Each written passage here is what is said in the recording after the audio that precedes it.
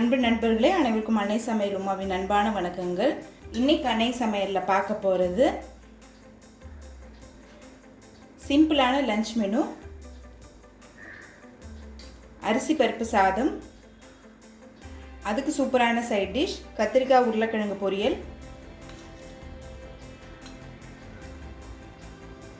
வாங்க அரிசி பருப்பு சாதமும் கத்திரிக்காய் உருளைக்கிழங்கு பொரியலும் எப்படி செய்கிறதுன்னு பார்க்கலாம். கடாயில் தேவையான அளவு எண்ணெய், கொஞ்சம் நெய் சேர்த்துக்கலாம். 1 டீஸ்பூன் கடுகு, கருவேப்பிலை, பூண்டு, 1/4 கப் சின்ன வெங்காயம் சேர்த்துக்கலாம். 3 பச்சை மிளகாய்,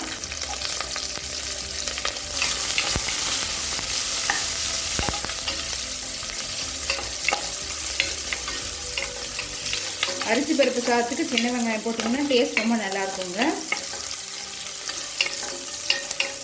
1 தக்காளி,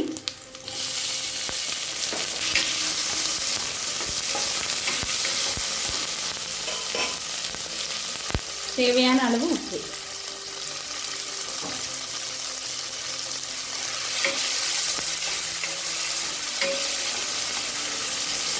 அடுத்தது 1/4 டீஸ்பூன் மஞ்சள் தூள், 2 டீஸ்பூன் சாம்பார் பொடி,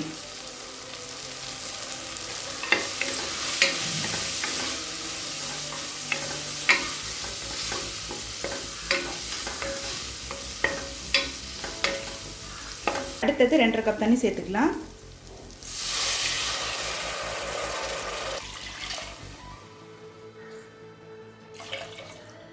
கால் கப் துவரம்பருப்பு, 1 கப் புழுங்கல் அரிசியை 30 நிமிஷம் ஊற வச்சு எடுத்து வச்சுருக்கேங்க.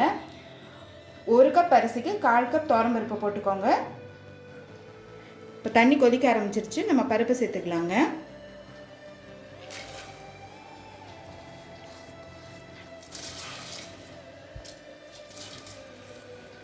நல்லா மிக்ஸ் பண்ணிக்கலாம்.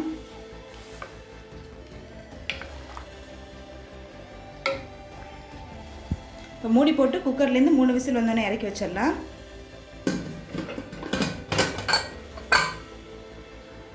இப்போ குக்கர்லேருந்து 3 விசில் வந்துருச்சுங்க.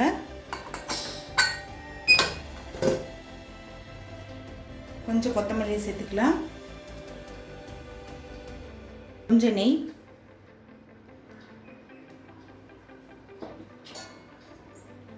மெதுவாக மிக்ஸ் பண்ணிக்கலாங்க.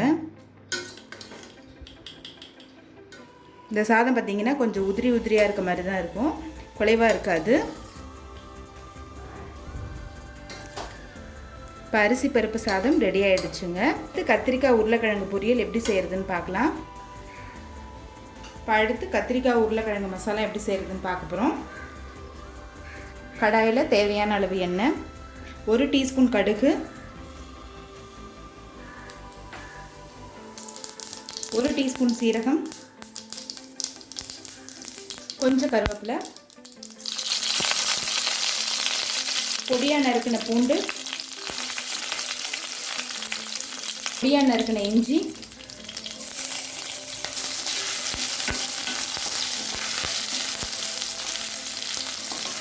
ஒரு பெரிய வெங்காயத்தை சேர்த்துக்கலாம்.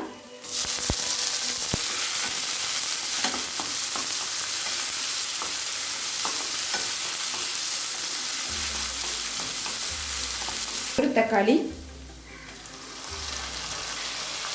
தேவையான அளவு உப்பு,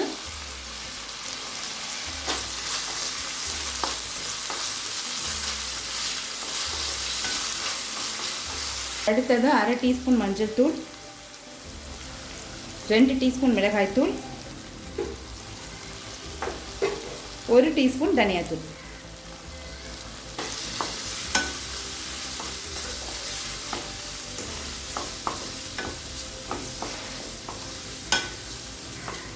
மிளகாத்தூள் வாசனை போக 1 நிமிஷம் வரைக்கும் நல்லா வதக்கிக்கலாம். இப்போ அடுத்தது உருளைக்கிழங்கு சேர்த்துக்கலாம். 3 உருளைக்கிழங்கு சேர்த்துருக்கேங்க.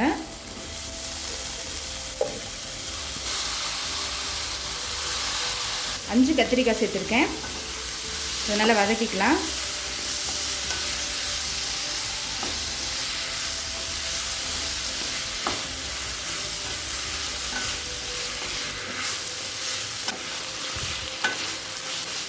இப்போ கத்திரிக்காயும் உருளைக்கிழங்கும் நல்லா வதக்கியாச்சுங்க.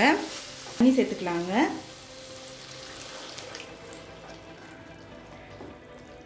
இப்போ மூடி போட்டு கத்திரிக்காய் உருளைக்கிழங்கு வேகிற வரைக்கும் வெயிட் பண்ணலாம்.